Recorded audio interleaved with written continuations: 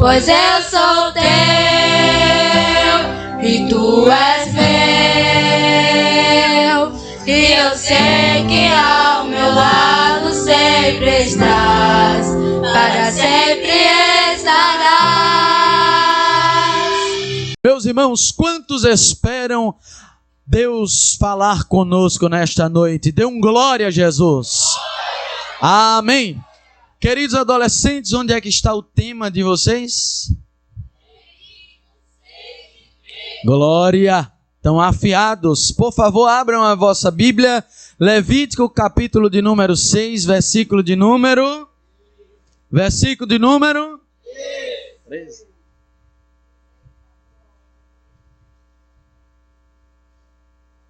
Versículo de número 13.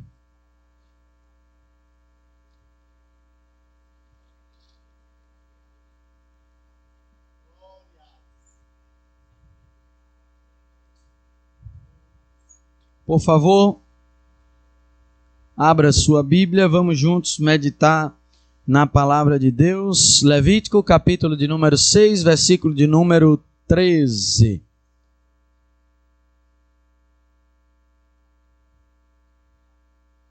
Versículo de número 8, meus irmãos, e 9.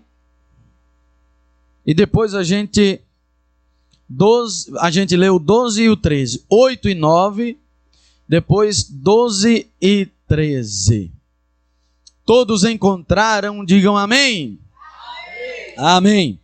Vamos lá, versículo 8. Falou mais o Senhor a Moisés, dizendo, a igreja, versículo 9.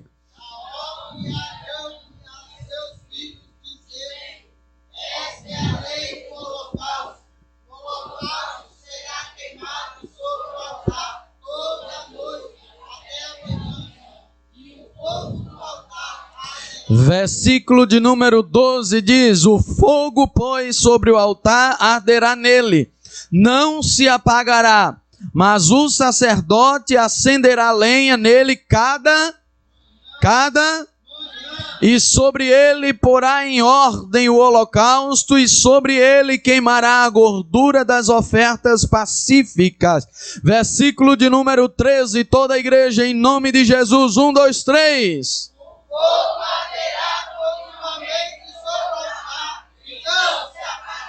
Glória! Quantos dizem amém, meus irmãos?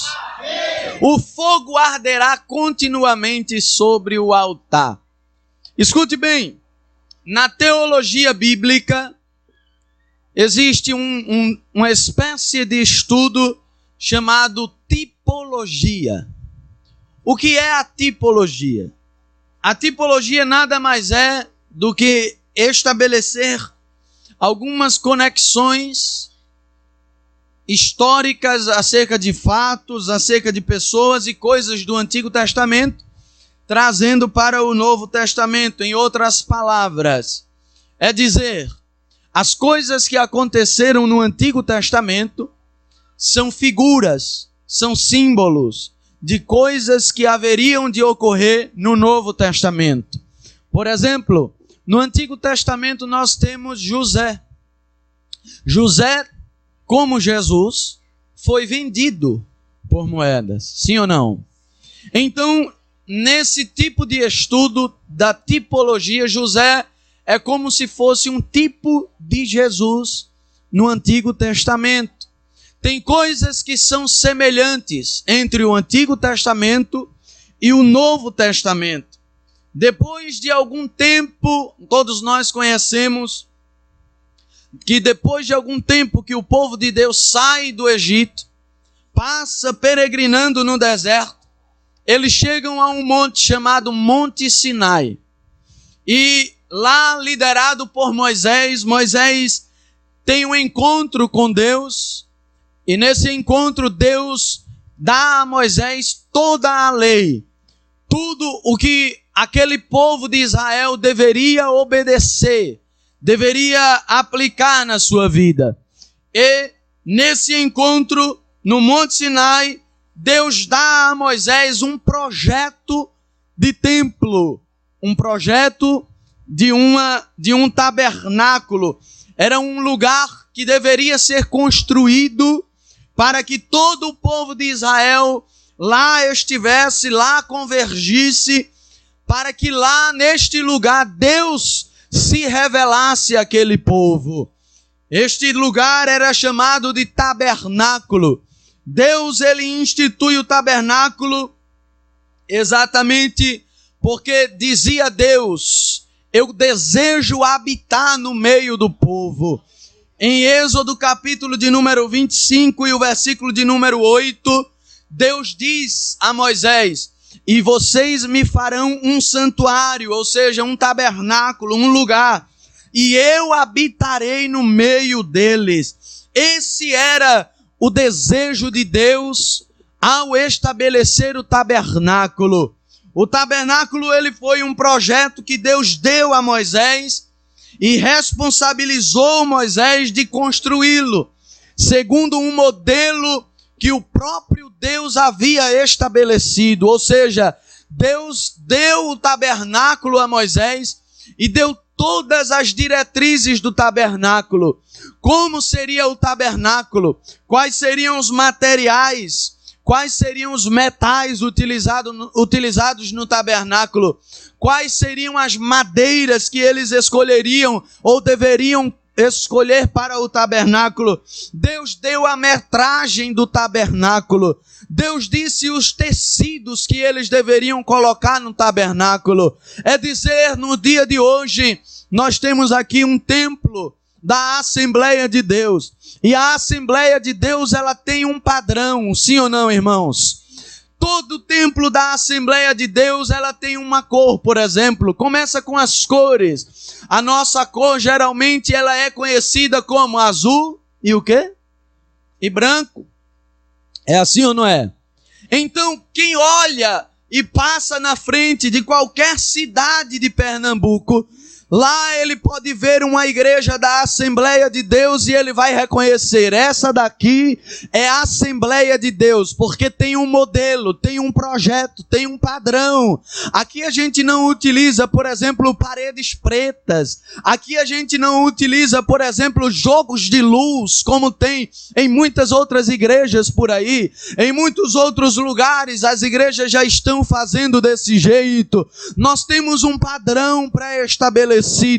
Deus deu um padrão àquele povo de Israel quando eles estavam no deserto. E era um padrão em que eles deveriam desenvolver, mas tudo estava no plano de Deus. Tudo havia sido traçado pelo plano de Deus. O tabernáculo, meus irmãos, era composto de 3 lugares. Eu disse quantos lugares?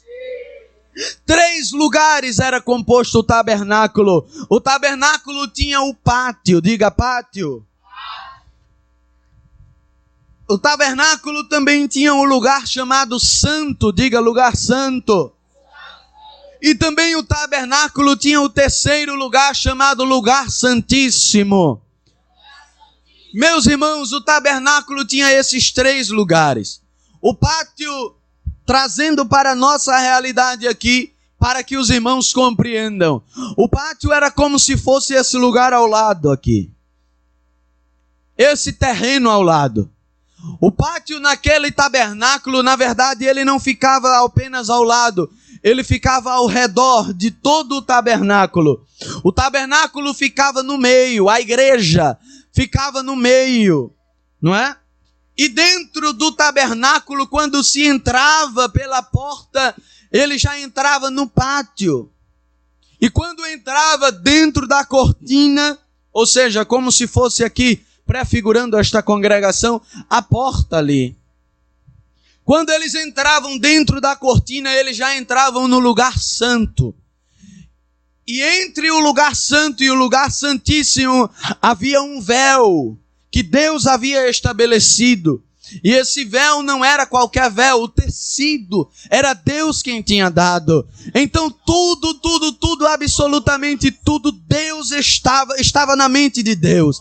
Deus havia dado a Moisés todo o projeto. Deus foi o arquiteto do tabernáculo, diga amém por isso. E interessante, irmãos, é que dentro do pátio, ou seja, na área externa, existiam 2 dois lugares, ou melhor dizendo, dois objetos importantes. Dentro do pátio havia o altar de sacrifícios lá fora. Havia o altar de sacrifícios e também a pia de bronze.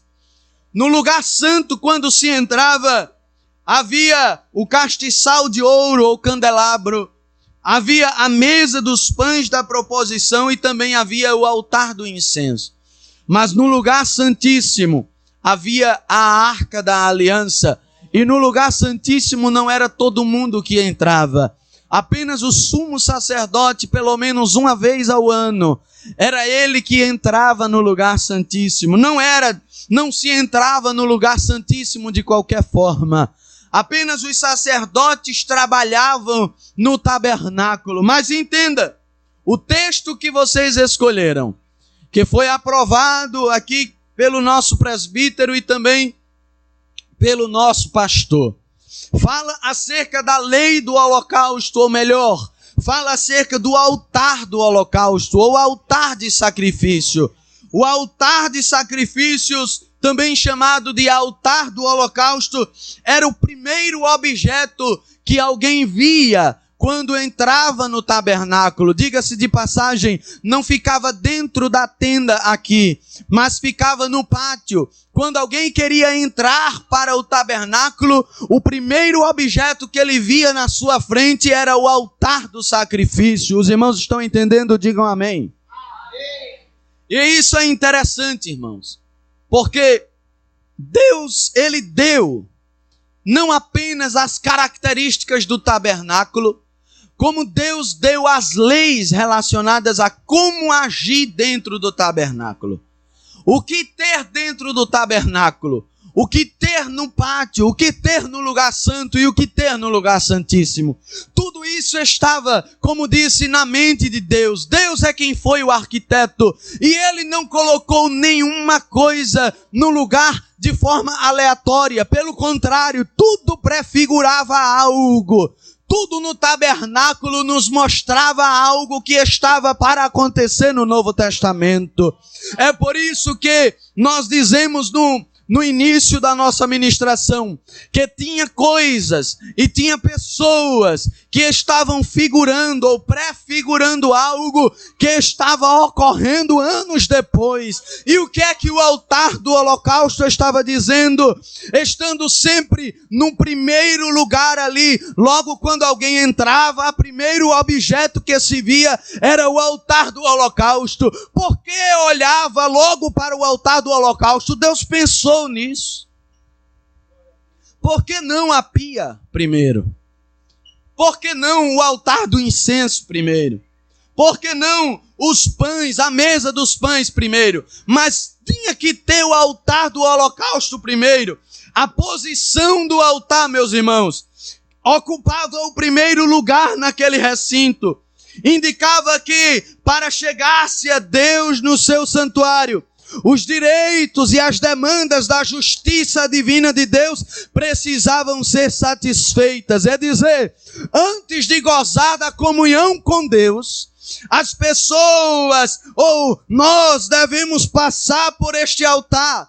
Antes de ter intimidade com Deus, nós precisamos estar atento primeiro de passar pelo altar. É o lugar da manifestação da justiça de Deus. É o lugar da reconciliação com Deus. Aleluia. Então, não se chegava diante de Deus de qualquer maneira. Deus já tinha visto isso. E eu quero que os irmãos entendam isso. Por quê? Porque na presença de Deus não se chega de qualquer forma. Na presença de Deus não se chega de qualquer jeito. A pessoa que quiser chegar-se mais próximo de Deus tem que ser mais santo do que é, porque Deus não pode ser menos santo do que Ele é. É por isso que alguns dizem por aí fora: ah, mas eu já tenho Jesus, ah, mas eu já creio em Jesus, ah, mas eu já oro a Jesus, mas Jesus nunca falou com ele, mas Jesus nunca fez ele sentir a presença dele. Por quê? Porque não se chega na presença de Deus de qualquer forma, tem que passar pelo altar.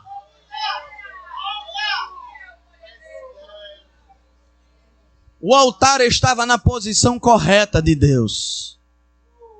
Deus havia estabelecido: vai entrar no santuário, passe pelo altar. Passe pelo altar. O que é o altar? O altar é o altar de sacrifícios. O que é o altar de sacrifícios? É o lugar em que tem reconciliação com Deus. Glória a Deus.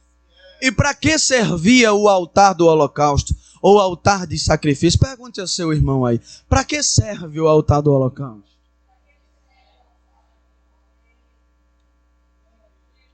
O altar, meus irmãos, ele foi erigido para oferecer sacrifícios a Deus. Escute isso. Para que o povo conquistasse o perdão dos seus pecados. Nele eram oferecidos todos os sacrifícios a Deus.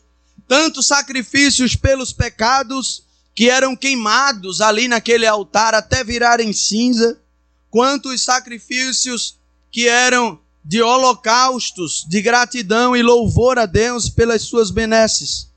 O altar foi o único lugar onde Deus se encontrava com o povo para a reconciliação. Caso alguém tivesse pecado, para poder se relacionar com Deus novamente, para poder aplacar a ira de Deus, afinal de contas, todos nós sabemos, me permita dizer, o salário do pecado é a... Todos nós sabemos. Toda alma que pecar, esta morrerá. Aquele povo sabia disso. E Deus estabeleceu exatamente o tabernáculo e o altar ali no primeiro lugar, logo quando entrava, exatamente por isso. Porque se alguém pecasse, poderia entrar no tabernáculo e oferecer a Deus um sacrifício. E caso alguém tivesse esse pecado, para poder se relacionar com Deus novamente por causa da sua santidade, o homem precisava passar pelo altar. E como eram esses sacrifícios? Os sacrifícios, irmãos, consistiam em matar um animal. Mas não era qualquer animal, escute bem isso. Era um animal limpo, era um animal sem defeito algum. Esse animal era oferecido na porta do tabernáculo. Então ele era imolado, ele era limpo. Como era que ocorria aquela matança de animais? Era simples. Se eu tivesse pecado contra Deus, eu levava um cordeiro, eu levava um animal. E este animal precisava ser limpo, precisava ser sem defeito. E quando eu chegava na porta do tabernáculo, o sacerdote estava lá para me receber. Quando o sacerdote olhava para mim e me perguntava o que veio fazer, eu dizia: eu pequei, eu preciso me reconciliar com Deus. Então, o ritual era da seguinte forma: eu colocava a minha mão na cabeça daquele animal e logo em seguida aquele animal era degolado, era morto. Quando aquele animal era morto, esse sacrifício simbolizava que Deus aceitava aquele animal no meu lugar. Por quê? Porque a gente acabou de dizer: toda alma que pecar, morrerá. O salário do pecado é a... Mas Deus disse: se todos pecaram, vai ter uma matança de gente aqui. Não é isso que Deus quer. Deus queria se relacionar conosco. Então a lei dizia: quer se relacionar com Deus? Quero. Traz um animal limpo, sem defeito, sem mancha alguma. Coloca a tua mão sobre a cabeça dele e Deus vai aceitar ele no teu lugar. É como se a morte daquele animal, escute bem isso, fosse algo para ser sacrificado no meu lugar. Quem morria não era eu. Quem morria era o animal. Mas, irmão, Deus aceitava? Deus aceitava. Logo, diante desse sacrifício, tiravam-se as vísceras do animal e pegavam as suas carnes e colocavam no altar para ser queimado. E se houvesse pecado, o animal seria queimado até virar cinza. Ou seja, Deus se agradava do cheiro daquele sacrifício. Deus aceitava aquele animal no lugar daquele povo. E é interessante, irmãos, quando eu digo que coisas do Antigo Testamento revelam as coisas do Novo Testamento, eu não sei se a igreja já está entendendo, mas Jesus chegou para Nicodemos e disse assim: olha, Nicodemos, Deus amou o mundo. Ele amou de uma tal maneira que sabe o que foi que ele fez? Ele não somente disse te amo, ele provou esse amor. Jesus disse: Deus amou o mundo de uma tal maneira que ele fez o quê? Ele deu o seu filho. Para que todo aquele que nele crê o quê? Não pereça, mas tenha a vida eterna. Jesus estava dizendo: Nicodemos, tu lembra do animal que era morto lá no passado? Eis aqui agora.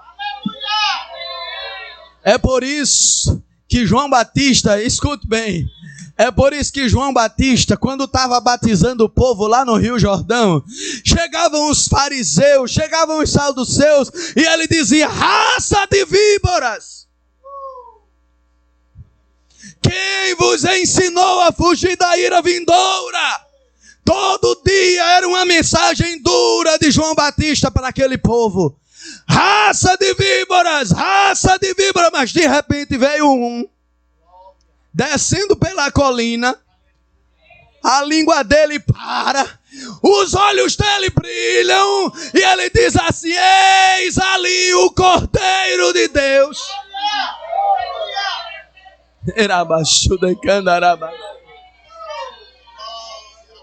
Esse aí é diferente. Esse aqui não é raça de víbora, não. Esse aqui é o Cordeiro de Deus que tira o pecado do mundo. Agora tem uma coisa, irmão. Escute. O animal não tinha chance. Ele era levado, sim ou não? O animal não tinha como fugir. O pecador levava o animal, era morto ali, e o pecador se livrava. Só que Jesus, ele foi diferente. Jesus, ele quis ir. Jesus, quando veio, eu quero que os irmãos entendam isso. Jesus, ele figurou aquilo que estava acontecendo no Antigo Testamento. No Antigo Testamento o animal era levado, mas Jesus aqui quando chegou, ele diz assim: eu subo lá na cruz. Sou eu que vou morrer.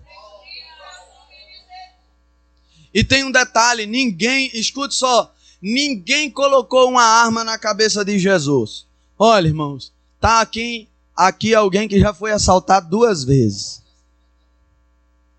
Da primeira vez eu estava com meu pai. E por que eu estou falando nisso? Porque um homem com a arma, ele obriga qualquer coisa. É ou não? Passa o celular, passa o relógio, passa a chave do carro. Levaram até a chave do carro, levaram até o carro num dia que eu estava com meu pai. No outro dia até minha camisa levaram. Estava eu na rua sem camisa, eu digo pronto. Os irmãos vão pensar o quê, né? Levaram. Por quê? Eu queria dar a camisa, sim ou não? Não. Mas alguém me obrigou, sim ou não? Jesus, ele veio voluntariamente. Jesus, escute bem isso. Ninguém colocou uma arma na cabeça de Jesus dizendo: morra por aquele povo. Ninguém colocou uma faca no pescoço de Jesus e disse: morra por aquele povo. Ninguém disse assim: vai, Jesus, vale a pena morrer por aquele povo. Ninguém convenceu Jesus disso, mas ele por si só, ele decidiu. Entende o que eu estou dizendo? Isso não é incrível? Como assim, irmão? Olha, isso é incrível. Olha, ninguém quer sofrer, irmão. Ou quer? Se alguém aqui quiser sofrer, levante sua mão. Ninguém quer sofrer. Jesus sabia o que iria sofrer, sim ou não? Jesus sabia quem iria lhe trair, sim ou não? Jesus tanto sabia que no banquete que Deus disse assim: olha, vai ter alguém aqui que vai me trair. Jesus já sabia. Aí alguém começou a perguntar um para o outro: sou eu, Jesus? Sou eu, Jesus? Sou eu, Jesus? Aí Jesus disse: é aquele a que eu der o bocado molhado. Jesus pegou o alimento, molhou e deu a Judas. Jesus já sabia que era Judas. E ainda disse assim: o que tem para fazer, vai, faz logo. Jesus já sabia quando. Qualquer um de nós aqui Ô irmão, se eu sei que tem uma emboscada para mim ali, eu vou por aqui, irmão. É ou não? Jesus estava no Getsemane, orando, quando ele levanta os discípulos e diz assim: ó, vamos, chegou quem me trai. Aí de repente chegou Judas. Quando Judas chegou, Pedro pegou uma espada e cortou a orelha do soldado romano. Aí Jesus repreende Pedro, porque Pedro queria começar a guerra ali. Não queria deixar Jesus ser entregue. Mas Jesus já sabia o que iria passar. Jesus já queria passar por aquilo. Glória a Deus. Aí Jesus repreende Pedro e diz assim: olha, tu não sabes que se eu orar agora, Deus, o Pai, manda legiões? Deixa de ser bobo, Pedro. Eu quero subir ali, eu quero me entregar por este povo. Eu quero me sacrificar por eles.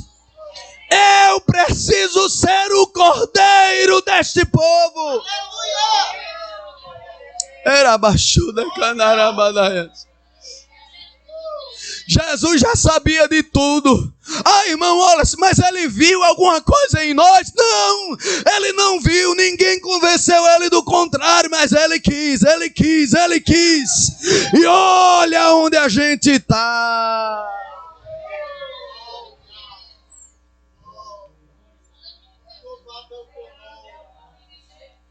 Olhe para o seu irmão e diga assim: olha onde a gente está. Jesus valorizou tanto a nossa vida. Aleluia, glória a Jesus. E sabe o que foi que aconteceu? É que quando Jesus subiu na cruz, Isaías diz: ele levou sobre si os nossos pecados. Olha o cordeiro. Olha o cordeiro. Olha a gente colocando a mão em cima da cabeça do cordeiro.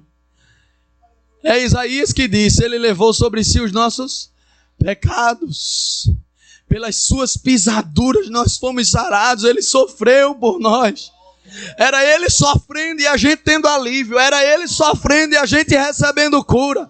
Era ele sofrendo e a gente tendo vida. Era ele morrendo e a gente vivendo.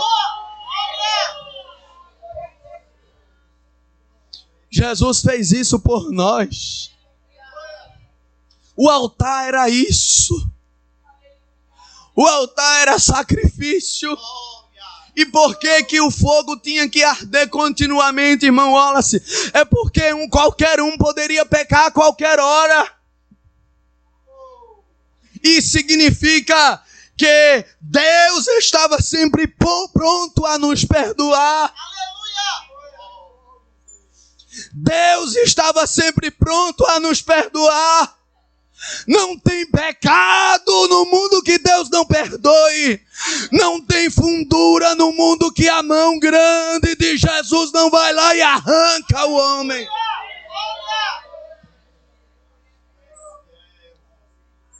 Quer que eu te diga uma coisa? Só Jesus é a solução para a tua vida. Só Jesus é a solução para a tua vida. Você tem procurado em tantos lugares respostas para o teu viver, respostas para a tua vida, mas nesta noite eu venho da parte de Deus para te dizer: ei, você não encontrará no homem, você não encontrará nos livros, você encontrará em Jesus, em Jesus.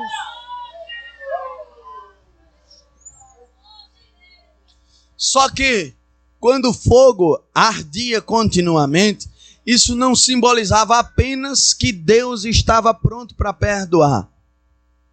Mas isso simbolizava também que Deus odeia o pecado. Como assim, irmão Wallace? Escute. Quando Jesus morre por nós, a mensagem da cruz não é só Deus te ama. A mensagem da cruz é Deus odeia o pecado. Compreenderam? Por que Deus odeia o pecado? Deus odeia tanto o pecado que Deus mandou Jesus. Se Deus gostasse do pecado, Jesus não precisava morrer. Deus odeia tanto o pecado porque o pecado causa separação com Deus. O pecado faz separação com Deus. Deus é muito santo, irmãos. Deus é muito santo.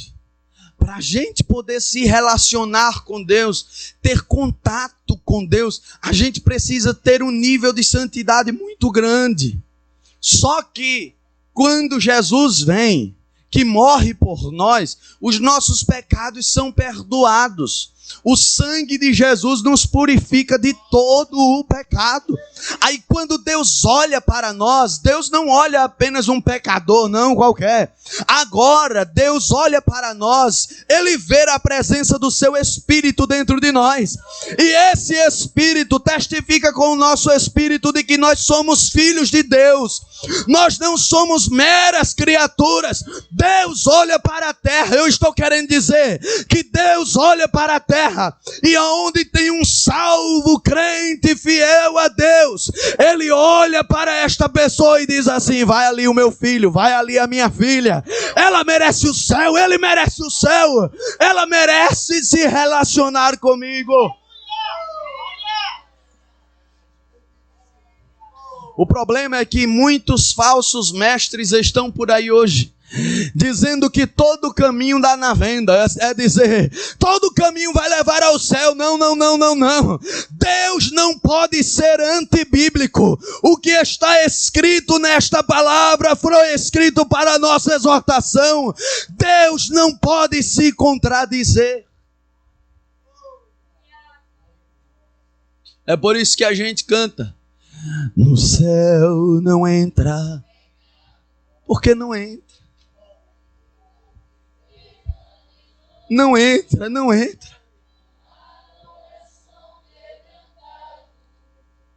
Pois todos.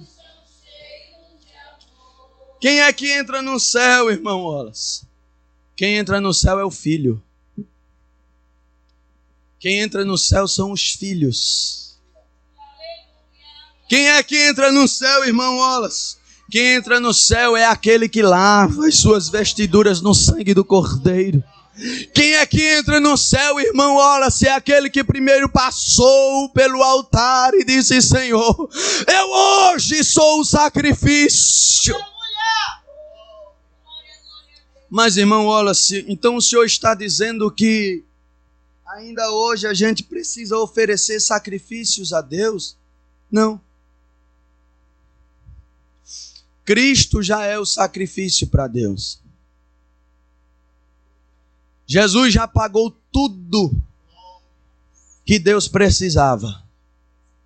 A ira de Deus, Jesus já suportou. Tudo.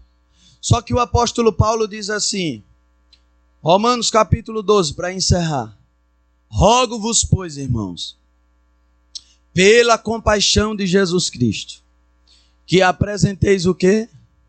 O vosso corpo em sacrifício vivo, santo e agradável a, que é o vosso culto racional. Paulo estava dizendo: olha, Hoje nós não temos bezerros, digo, cordeiros. Hoje o sacrifício sou eu. E como é que eu me ofereço em sacrifício? É oferecendo a sua vida a Jesus. Senhor, me queima do jeito que o Senhor deseja queimar. No teu altar, purifica os meus vícios, purifica os meus olhos, purifica a minha mente, purifica a minha boca, purifica as minhas mãos, purifica os meus pés. Queima-me por completo. Lava a minha vida para que o Senhor se agrade de mim. Purifica a minha vida de uma maneira geral para que o Senhor se agrade de mim. E esta noite o altar de Deus encontra-se aceso aqui. Aceso para purificar a tua vida. Aceso para te dizer, não vá. Aceso para te extrair dos vícios que te prendem no mundo.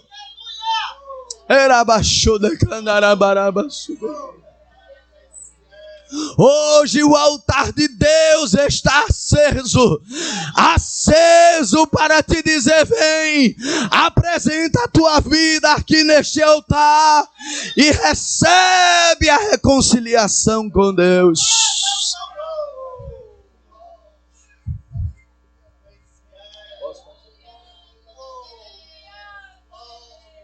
Irmão Wallace, o Senhor está me dizendo então, que se eu levantar a minha mão agora, aceitar a Jesus como meu Salvador, significa dizer que Jesus vai purificar a minha vida. É isso mesmo que eu estou te dizendo. Eu conheço um irmão que ele era fumante, desde os 14 anos de idade, me parece, ou era 13, não lembro agora. Fumou. Quando chegou com 30 anos, 31 anos, não lembro agora a idade, ele dizia, olha, se eu já estava fumando bem uma carteira, 2 carteiras de cigarro por dia. Era cigarro com força. O povo diz, né? Fuma que só uma caipora, né? Pronto. Era ele. No dia que eu aceitei a Jesus, no outro dia eu parei de fumar. Mas o Senhor não foi parando aos poucos, não, eu não tive mais vontade. É o altar purificando. É o altar purificando. O que é que Jesus não pode limpar? O que é que o altar não pode queimar? Deixa hoje os teus vícios, deixa hoje a tua vida pregressa. Vem para Jesus aqui nesta noite. Aonde tem uma pessoa que deseja aceitar a Jesus, voltar-se para Jesus e caminhar com os filhos para o céu. No céu não entra pecado, fadiga, tristeza, nem dor não há. Coração quebrantado, pois todos são cheios de amor.